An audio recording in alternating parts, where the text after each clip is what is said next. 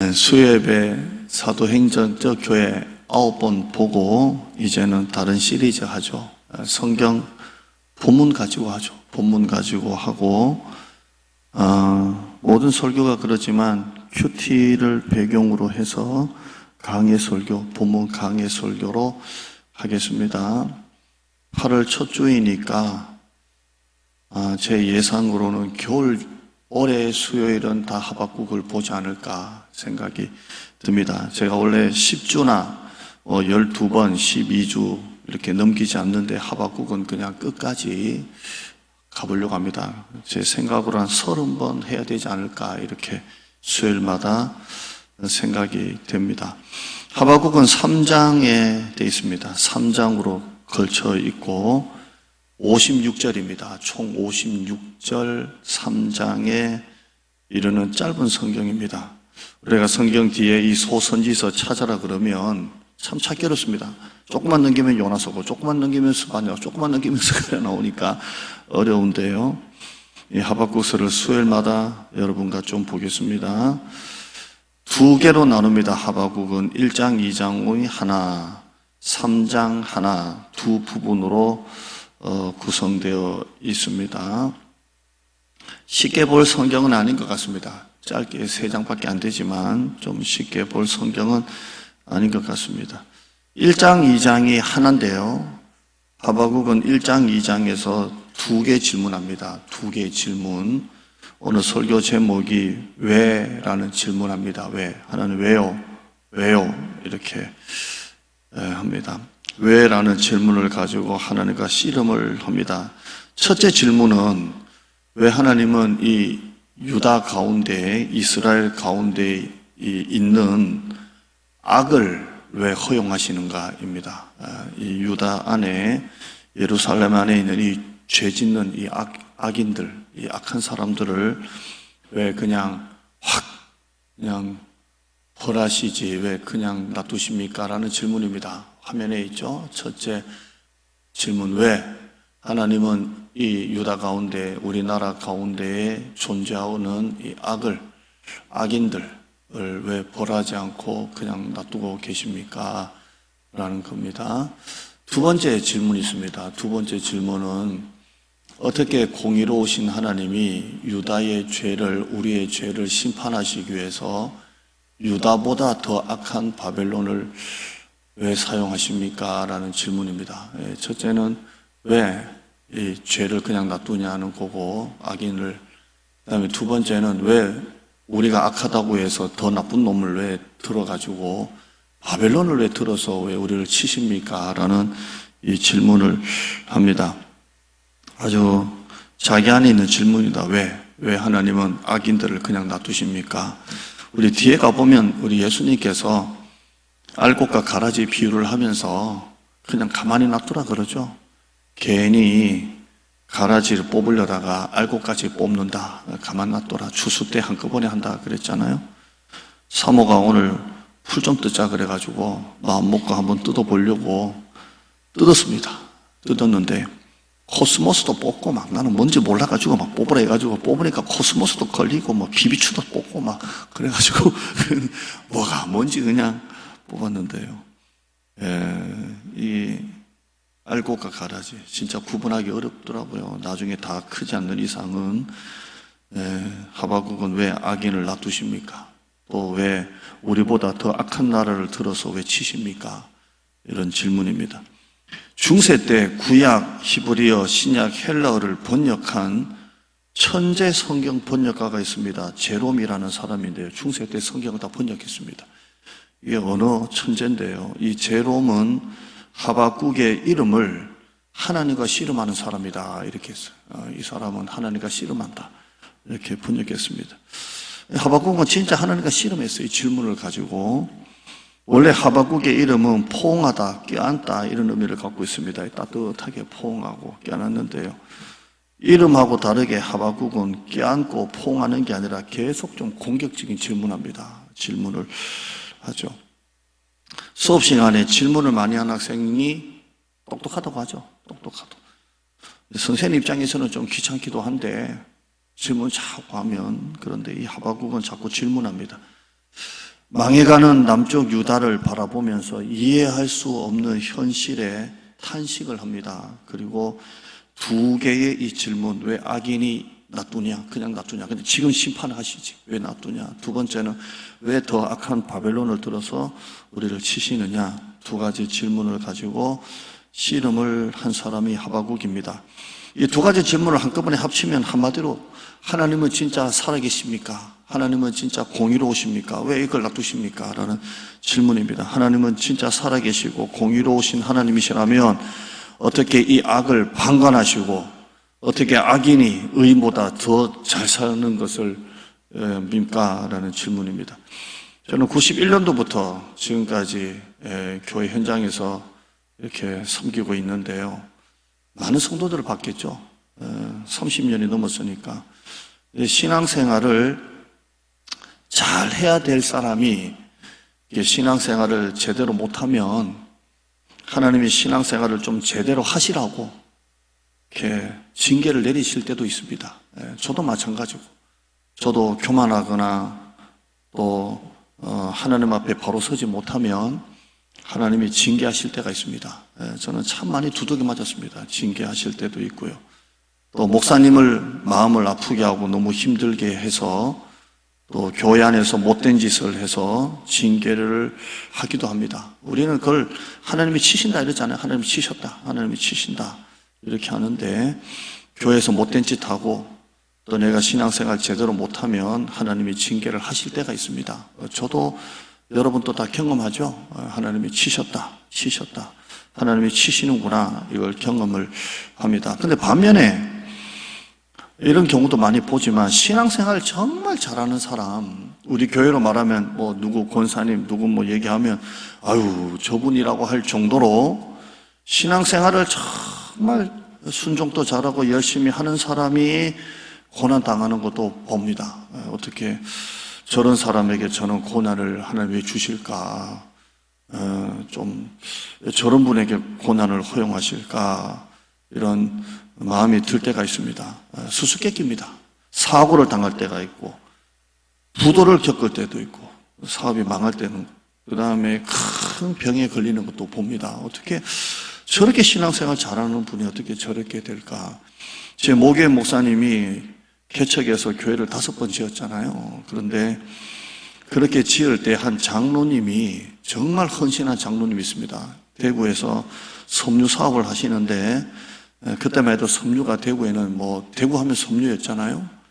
그래서 교회 만약에 뭐 10억짜리다 그러면 이분이 한 8알을 헌금을 해서 지을 정도로, 거의 혼자 지을 정도로 했는데요. 이분이 완전히 망했습니다. 완전히 망해서 이거 부채를 못 갚으니까 결국 이게 고발을 당하나 뭐 그런 거 있잖아요. 그래서 감옥에 가기도 하고 그러더라고요.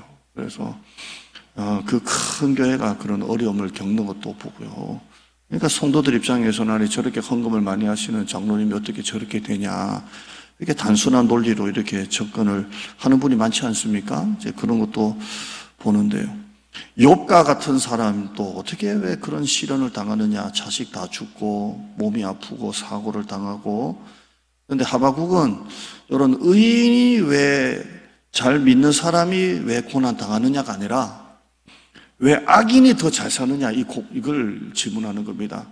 목회를 하면 하나님 왜 저런 권사님을 저렇게 시련을 주십니까? 랄 때고 있는데, 하박국은 반대로 저 악한 사람, 목회자로 말하면 진짜 목회자 피눈물 나게 만들고 저렇게 마음 아프게 하는 저분이 사업이 잘 되고 뭐 일치월장 되고, 저렇게 신실한 장로님 사업은 계속 어렵고 뭐 이런 겁니다. 예를 들어서 하박국은 왜 악인이 더 잘 사느냐, 왜 악인이 더 잘 되느냐, 이런 질문을 가지고 합니다.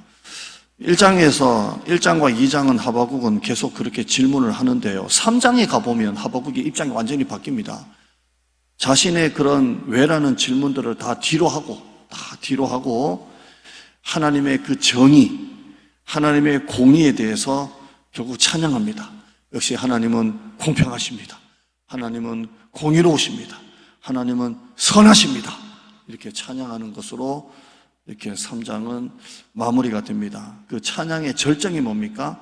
17절 보시면 17절 한번 읽어볼까요? 하박국서 3장 17절에 비록 무화과 나무가 무성하지 못하며 포도나무에 열매가 없으며 감람나무에 소출이 없으며 밭에 먹을 것이 없으며 우리의 양이 없으며 외압간에 소가 없을지라도 나는 여호와로 말미암아 즐거워하며 나의 구원의 하나님으로 말미암아 기뻐하리로다. 주 여호와는 나의 힘이시라. 나의 발을 사슴과 같게 하사 나를 나의 높은 곳으로 다니게 하시리로다. 이 노래는 지휘하는 사람을 위하여 내 수금에 맞춘 것이니라. 노래합니다. 처음에는 왜 그렇게 하십니까? 하다가 3장에 가보면 다 뒤로 하고 하나님께 찬양합니다. 인간이 아무리 하나님께 맞냐 안 맞냐, 공평하십니까 안 하십니까 질문해 봐도 하나님 앞에서는 아무것도 아니죠. 하박국은 1장과 2장에서 씨름하다가 3장에는 찬양으로 마칩니다. 그 시작 한번 보실까요? 우리 읽었던 본문 보면 왜? 라는 질문입니다. 왜? 자, 2절 한번 보실까요? 왜? 라는 질문 한번 보시죠. 2절과 4절 우리가 이제 다음 주부터 보겠지만 2절부터 봐요. 이제 하박국은 이렇게 시작합니다. 여호와여, 내가 부르짖어도 주께서 듣지 아니하시니 어느 때까지이리까? 내가 강포로 말미암아 외쳐도 주께서 구원하지 아니하셨습니다.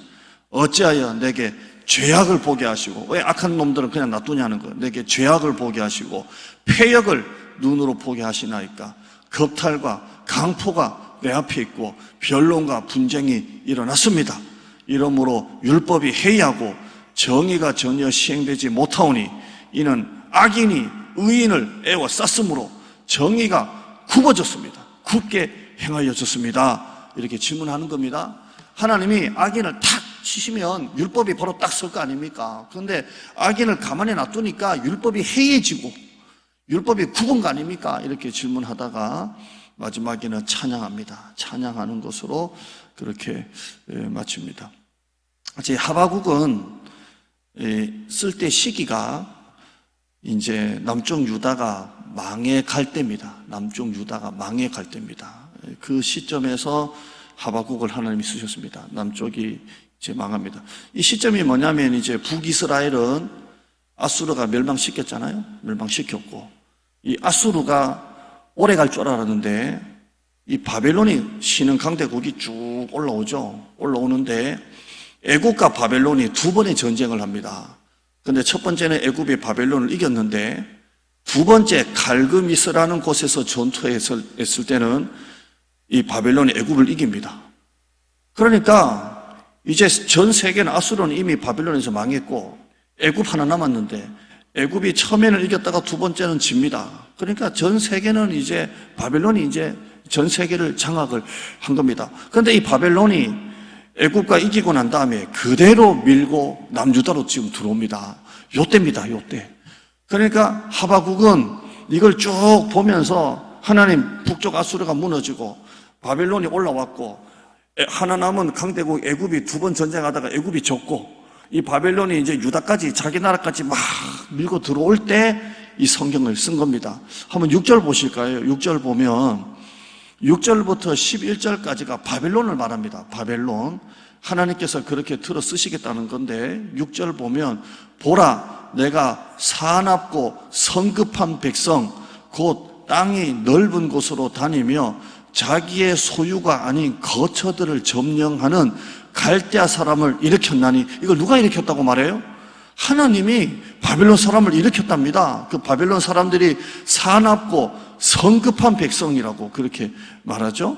7절에 보면 그들은 두렵고 무섭으며 당당함과 위엄이 자기들에게서 나오며 8절에 그들의 군마는 표범보다 빠르고 저녁 이리보다 사납고 그들의 마병은 먼 곳에서부터 빨리 달려오는 마병이라 마치 먹이를 움키려 하는 독수리의 나름과 같으니라 하면서 9절, 10절, 11절 다 누구를 말한다고요? 바벨론을 말합니다. 바벨론. 그렇게 해서 이 바벨론이 이제 확 밀고 들어올 때입니다. 이때 이제 하나님께서 하박국을 들어서 이렇게 쓰시는 겁니다.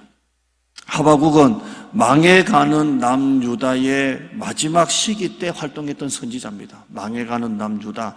같은 동시대 선지자로는 예레미야가 있고 나훔이 있고 스바냐가 있습니다. 같은 동시대입니다. 망해가는 유다, 이제 바빌론이 막 밀고 들어오고 망해가는 유다에서 마지막으로 활동했던 선지자가 하박국입니다. 하박국이고 예레미야는 망하고 난 다음에도 활동해야죠. 자, 망해가는 유다의 같은 동시대에 활동했던 예레미야, 하박국 두 사람이 좀 대조가 있습니다. 그냥 재미로 한번 보시죠. 화면 한번 보시죠. 예레미야, 망해가는 유다의 예레미야는 애통했습니다. 그리고 언어도 애통했습니다. 눈물의 예언자, 선지자라고 그렇게 하죠. 그런데 하박국은 똑같이 망해가는 남쪽 유다인데 하박국은 애통이 아닌 게 없고 의심의 선지자, 의심의 언어. 왜? 그러니까 예레미야는 애통하니까 맨날 눈이 퉁퉁 부었고 하박국은 맨날 왜요? 눈이 완전 눈가리가 이렇게 돼가지고 막 왜요? 이렇게. 그리고 말도 왜요 하나님? 그러니까 율법이 해이해진 거 아닙니까? 그러니까 율법이 굽어져 버린 거 아닙니까? 하나님 빡시게 해야지 뭐 이런 내용입니다. 그리고 하박국은 늘 분노가 이글 왜 저놈들을 그냥 놔두십니까? 하나님 막 이글. 예레미야는 눈물의 선지자입니다.